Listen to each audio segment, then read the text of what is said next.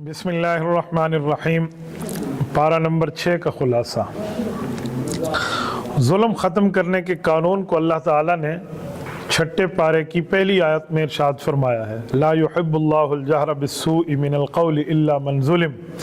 इस आयत के अंदर अल्लाह ताला जल्ल शानुहु ने आवाज़ बुलंद करने को मना फरमाया है, लेकिन अगर कोई मज़लूम हो जिस पर जुल्म किया जा रहा हो या उसके हक़ को खाया जा रहा हो और वो इस जुल्म की वजह से अपनी आवाज़ को बुलंद करके बात फरमाए, तो अल्लाह ताला ने ऐसी बात को गीबत भी नहीं फरमाया और बुरा भी नहीं फरमाया। यानी मज़लूम अपने हक़ के बारे में आवाज़ उठा सकता है। इसके आगे अल्लाह ताला ने यहूदियों के एक दावे की नफ़ी फरमाई, वमा क़तलूहु वमा सलबूहु वलाकिन शुब्बिह लहुम। हज़रत ईसा अलैहिस्सलातु वस्सलाम के लिए यहूदियों का अकीदा ये है कि अल्लाह ताला ने उनको मौत दे दी है, नऊज़ु बिल्लाह। बल्कि यहूदी कहते हैं कि हमारे बड़ों ने बाकायदा जाके उनको फांसी पे चढ़ा दिया। उनका नज़रिया ये था, और इस नज़रिए के ईसाई भी, क्रिश्चियनिटी जिन्हें हम ईसाइयत कहते हैं, ये भी कायल हैं। तो कुरान करीम ने इन दोनों के दावों की नफ़ी फरमाई, फरमाया मा क़तलूहु व मा सलबूहु। ईसा अलैहिस्सलाम को ना किसी ने कत्ल किया है, ना ही उन्हें सूली पे चढ़ाया गया है, वलाकिन शुब्बिह लहुम। लेकिन इन लोगों के दरमियान मामला मुश्तबे हो गया था। क्या माना? ईसा अलैहिस्सलातु वस्सलाम को कत्ल करने के लिए जब ये यहूदियों का ग्रुप आया, तो जो बंदा जिसके हाथ में ब्लैक वारंट थे कि हम गिरफ्तार करने आए हैं, हजरत ईसा को अल्लाह ने आसमान पे उठा लिया और उनकी शक्ल हजरत ईसा वाली बना दी, और उन्होंने अपने बड़े को पकड़ के सूली पे चढ़ा दिया। वो कहता रहा कि मैं तुम्हारा बड़ा हूँ, लेकिन अल्लाह ताला ने इनको इन्हीं की ज़बान में जवाब दिया। तो इस्लाम ने हजरत ईसा अलैहिस्सलातु वस्सलाम की फांसी की नफ़ी फरमाई है। ईसा अलैहिस्सलातु वस्सलाम की फांसी ये ईसाइयत का शिआर है, मुसलमानों का इससे शिआर नहीं है। हमारे यहाँ जो दो चीज़ें हैं, इसीलिए इस्लाम उसको अप्रिशिएट नहीं करता। हम अपने लिबास में जो कॉलर पहनते हैं या 3 पीस सूट के अंदर पेंट शर्ट में जो टाई पहनी जाती है, ये दोनों चीज़ें ईसाइयत का शिआर है। मुसलमान तो वैसे ही पहन लेते हैं, चलो मेरा गिरेबान ठीक हो जाए, लेकिन जब ईसाई पहनते हैं तो उनका नज़रिया होता है कि ये सलीब है और ये ईसा अलैहिस्सलातु वस्सलाम को लटकाया गया है। इसीलिए सबसे अच्छा काम ये है कि मुसलमान कम अज़ कम ये काम न करे। इस तरह अल्लाह ताला ने आगे जाकर वला तक़ूलू सलासा में अकीदा तस्लीस की तरदीद फरमाई है। अकीदा तस्लीस ईसाइयत का अकीदा और नज़रिया है। कुछ ईसाई कहते हैं कि अल्लाह तीन है, एक खुद अल्लाह ताला है, एक हज़रत मरियम है और एक हज़रत ईसा अलैहिस्सलाम है। और कुछ ईसाई कहते हैं अल्लाह तीन है, एक अल्लाह ताला है, एक जिब्राईल अमीन है और एक हज़रत ईसा अलैहिस्सलाम है। इन तीनों को वो अल्लाह ताला कहते हैं। और फिर वो, जैसे हम लोग तौहीद मानते हैं कि अल्लाह एक है, वो तस्लीस मानते हैं कि अल्लाह तीन है। अच्छा, यहाँ फिर अकल से ऊपर की बात है। वो कहते हैं तीन एक में है और एक तीन में है। चलो ये बात तो समझ आती है कि तीन एक में हो, लेकिन एक तीन में हो ये कैसे है? ये ईसाइयत का नज़रिया है। अल्लाह ताला ने इस नज़रिए की भी तरदीद फरमाई है कि इसका इस्लाम से कोई ताल्लुक़ नहीं है, बल्कि हज़रत ईसा अलैहिस्सलातु वस्सलाम अल्लाह ताला के बंदे हैं, अल्लाह ताला के नबी हैं, अल्लाह की तरफ से रूहुल्लाह हैं, और अल्लाह ताला ने उनको दुनिया में जो भेजा है अपना सच्चा नबी बनाकर, रसूल बनाकर मबूस फरमाया है। आगे अल्लाह ताला ने सूरत निसा के एंड में कलाला के मीरास की बात फरमाई है। यस्तफ्तूनक कुलिल्लाहु युफ्तीकुम फिल कलाला। इस आयत में अल्लाह ताला ने कलाला की बात फरमाई है। कलाला किसे कहते हैं? कलाला हर वो शख्स है जब वो फौत हो, उसकी औलाद भी ना हो और उसके वालिदैन भी ना हो, जिसके वालिदैन भी दुनिया से चले गए हो और औलाद भी इसकी ना हो तो इसकी जिंदगी में मर चुकी हो, ये बंदा कलाला कहलाता है। और कलाले की मिरास क्या है? अब इसकी औलाद तो है नहीं कि इनको मिरास जाए, अब इसके वालिदैन तो है नहीं कि उनको मिरास जाए, अब इनकी मिरास कहाँ जाएगी? तो उस कलाला की मिरास के मामलात में या उसकी तजहीज़ व तकफीन और उसकी कर्ज की अदायगी के मामले में क्या होगा, या उसकी वसीयत को कैसे नाफिज किया जाएगा, अल्लाह ताला ने उसकी बात इरशाद फरमाई कि अगर कलाला की सिर्फ एक बहन हो तो इसे इसके माल का आधा, या 2 हो तो 2/3, अगर भाई हो तो सारी विरासत उसको, और अगर बहन भाई दोनों मिला के हो तो मुज़क्कर को दोहरा हिस्सा और मुअन्नस को इकारा हिस्सा मिलेगा। ये आयत फरमाकर इस सूरत को ख़त्म फरमाया। अगली सूरत सूरतुल मायदा है। ये जो सूरतुल मायदा है, मायदा अरबी में दस्तरखान को कहते हैं। तो यहाँ दस्तरखान का क्या जिक्र है? हज़रत ईसा अलैहिस्सलातु वस्सलाम ने अल्लाह ताला से दुआ की थी कि अल्लाह आसमान से दस्तरखान उतार दे अपनी कौम की मेज़बानी के लिए और कौम के खिलाने के लिए। तो अल्लाह ने आसमान आसमान से दस्तरखान को नाज़िल फरमाया था, इस सूरत में उसका भी जिक्र है। तो अल्लाह ताला ने इसलिए सूरतुल माइदा नाम फरमाया कि दस्तरखान वाली सूरत। फिर इस आयत में अल्लाह ने हलाल और हराम चीज़ों का भी तफसील से जिक्र फरमाया है, उनके मुतालिक भी आगे तफसील आएगी कि कौन सी चीज़ें मुसलमान के लिए हलाल है और कौन सी चीज़ें हराम है।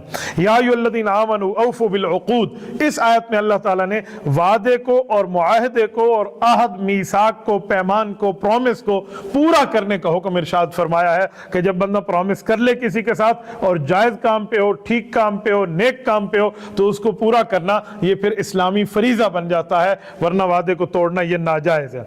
अल्लाह जल्ल शानहू ने 9 चीज़ों के बारे में इरशाद फरमाया कि 9 चीज़ें ऐसी हैं जो तुम्हारे लिए खाने में हराम हैं।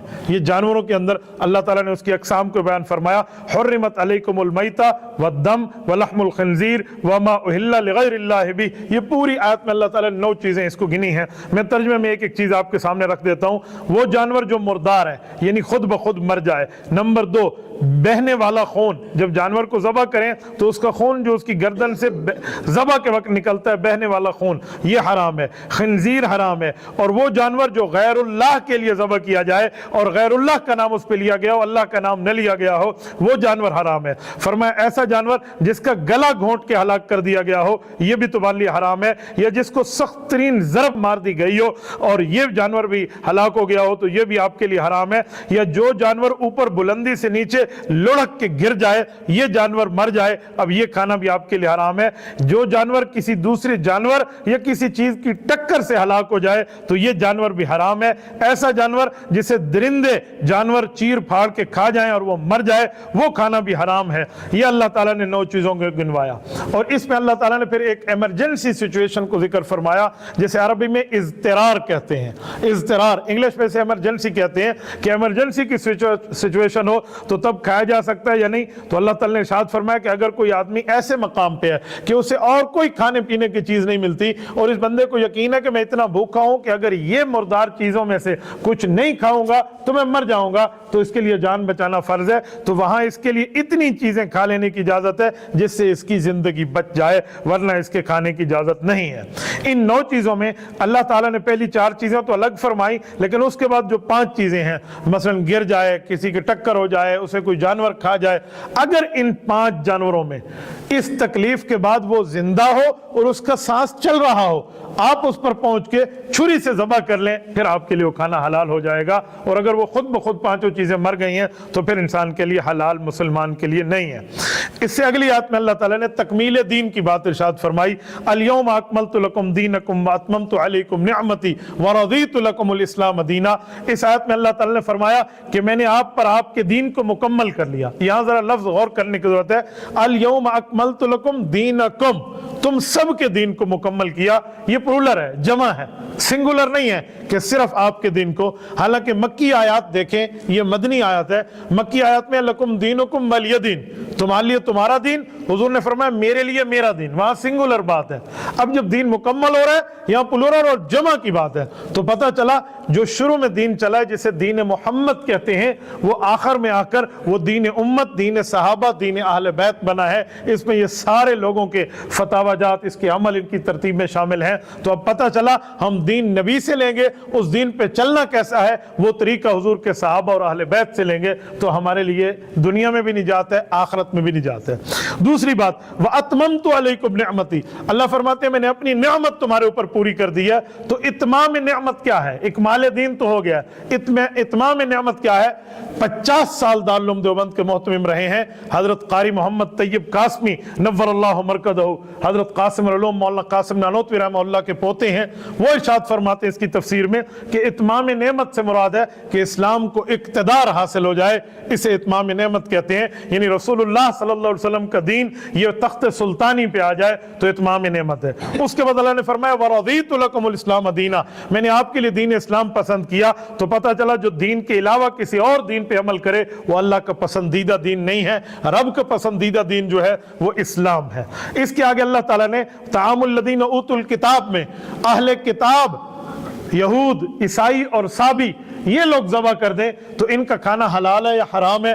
رب نے فرمایا اگر وہ آسمانی کتاب پر یقین رکھتے ہیں، تورات پر، زبور پر، انجیل پر، اور اس کے مطابق عمل کرتے ہیں تو ان کا ذبیحہ مسلمان کے لیے حلال ہو جائے گا، شرط یہ کہ وہ آسمانی کتاب مانے۔ آج کل کے میں نے دیکھا ہے جیوز میں اور کرسچینٹی میں یہ اسلامی ایمانی کتاب، آسمانی کتاب کی بات نہیں مانتے، چاہے ان کی اپنی ہو۔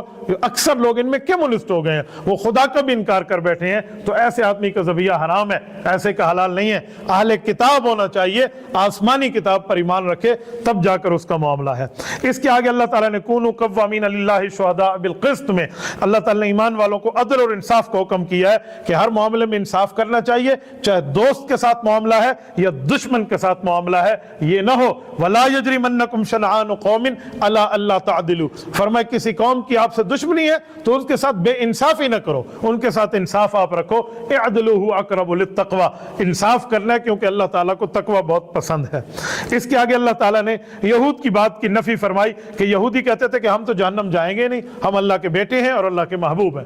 تو اللہ تعالیٰ نے پہلے سپارے میں بھی ان کی بات فرمائی، یہ کہتے تھے اگر ہم گئے بھی صحیح نا ایام معدودات، چند دن کے لیے جائیں گے جہنم، تو رب نے فرمایا کہ اگر تم اللہ کے بیٹے ہو نعوذ باللہ یا اللہ کے محبوب ہو تو پھر چند دن کے لیے کیوں جاؤ گے؟ اس سے پتہ چلا جھوٹ بولتے ہو تم، شریعت پہ عمل کرو گے تو جنت جاؤ گے، شریعت سے انکار کوئی کرے گا تو وہ جہنم جائے گا۔ اس کے آگے اللہ تعالیٰ نے حابیل اور قابیل کی بات ارشاد فرمائی ہے۔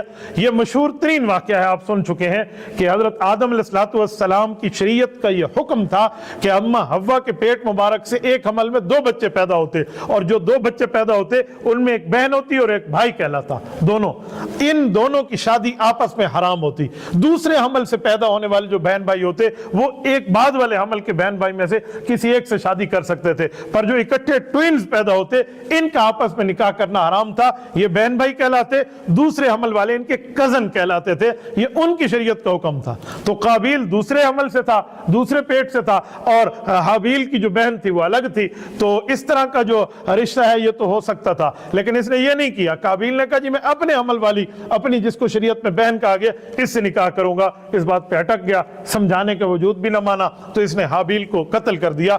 حابیل بن آدم علیہ السلام اس دھرتی کے پہلے مظلوم شہید ہے، اور قابیل حضرت آدم علیہ السلام کے بیٹے ہیں، کافر نہیں ہیں، بے ایمان نہیں کہہ سکتے، غلط نہیں کہہ سکتے، قاتل ضرور ہے، ان سے غلطی ضرور ہوئی ہے، اس غلطی کی وہ سزا بھگتے گا، لیکن وہ اس دھرتی کا پہلا قاتل ہے۔ اب جتنے قتل ہوں گے روایات کے مطابق یہ اس کی بنیاد رکھنے والا ہے، تو ان میں اس کا حصہ ہے۔ اللہ تعالیٰ نے اس واقعے کو ذکر فرمایا ہے۔ اس سے یہی سمجھ آتا ہے کہ بندہ چاہے کتنی بڑی شخصیت کیوں نہ ہو، رب کریم کے معاملات سے اپنی نظر نہیں ہٹانی چاہیے، شریعت کی تعلیم پہ عمل کریں۔ اس کے آگے اللہ تعالیٰ نے باغیوں کی سزا کو ذکر فرمایا ہے، باغی ہوں، ڈاکو ہوں، ان کی سزا انما جزاء الذین یحاربون اللہ ورسولہ، اس آیت میں اللہ تعالیٰ نے باغی کی اور جو ہے نا کیا کہتے ہیں اس کی ڈاکو اور چور کی سزا کو ذکر فرمایا ہے۔ اس کے بارے میں 3-4 قسمیں ہیں، شریعت میں اس کی تفصیل ہے۔ فرمایا آپ یہ بات ذہن میں رکھیں کہ اگر ڈاکو نے اسلام کے ملک میں کسی مسلمان کو یا غیر مسلم کو قتل کیا، مال نہیں لوٹا، تو پھر اس کی سزا قتل کا بدلہ قتل ہے، لیکن انہوں نے قتل بھی کیا، مال بھی لوٹا، تو ایسے بندے کو سولی پہ لٹکا کے نیزے کے ساتھ اس کا پیٹ چاک کر دیا جائے، اس نے اتنا بڑا جرم کیا ہے۔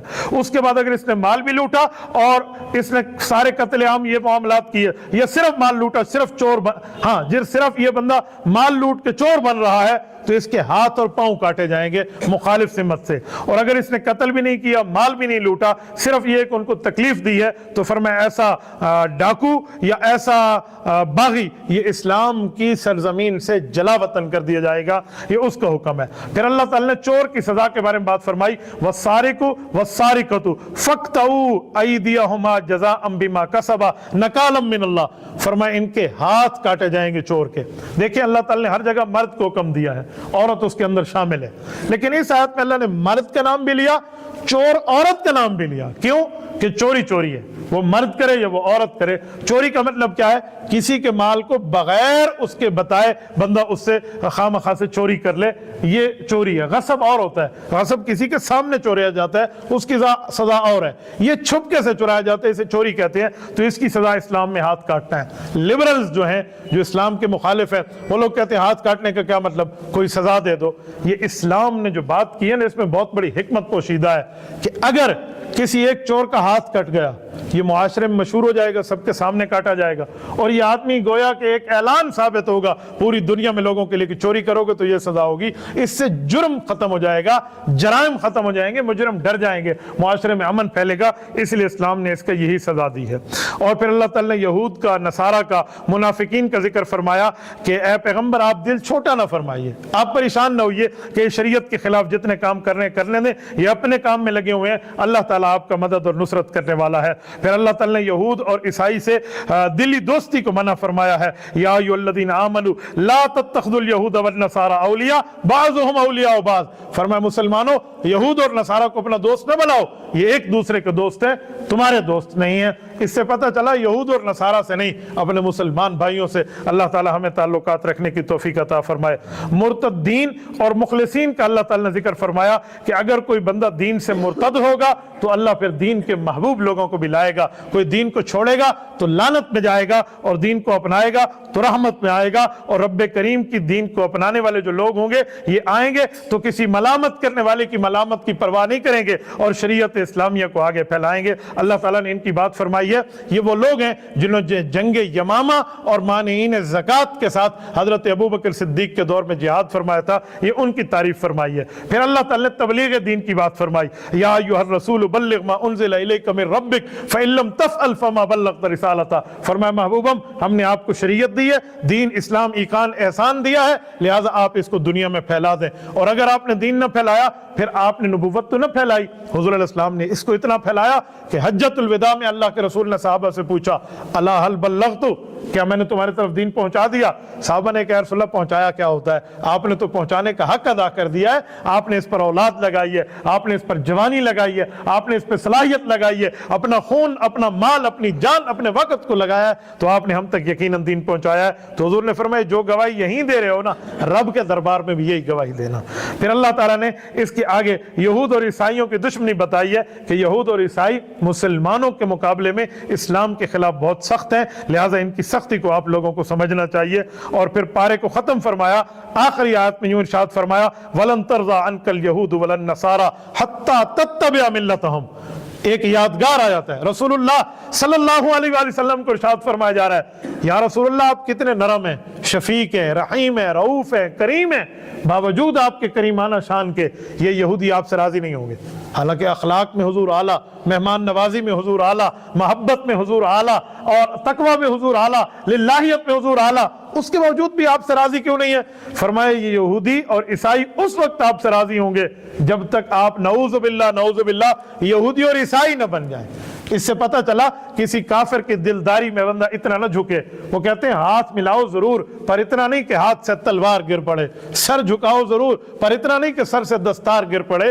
तो फरमाया, यहूदी ईसाई उस वक्त तक आपसे राजी नहीं है जब तक आप उनका मजहब कबूल न फरमा लें। ये हुजूर अलैहिस्सलाम को फरमाया गया। तो हमसे आज यहूदी ईसाई कैसे राजी होंगे? बस हम ये देखें कि अल्लाह हमसे राजी हो, अल्लाह के रसूल राजी हो, रसूल के अहले बैत राजी हो, सहाबा राजी हो, औलिया राजी हो, अपने माँ बाप की बंद रजा की बात करे, दीन की रजा की बात करे, ताकि दुनिया भी बेहतर बन जाए, आखिरत भी बेहतर बन जाए। अकूलु कौली हाज़ा व अस्तगफिरुल्लाह व आखिरु दअवाना अनिल हम्दुलिल्लाहि रब्बिल आलमीन।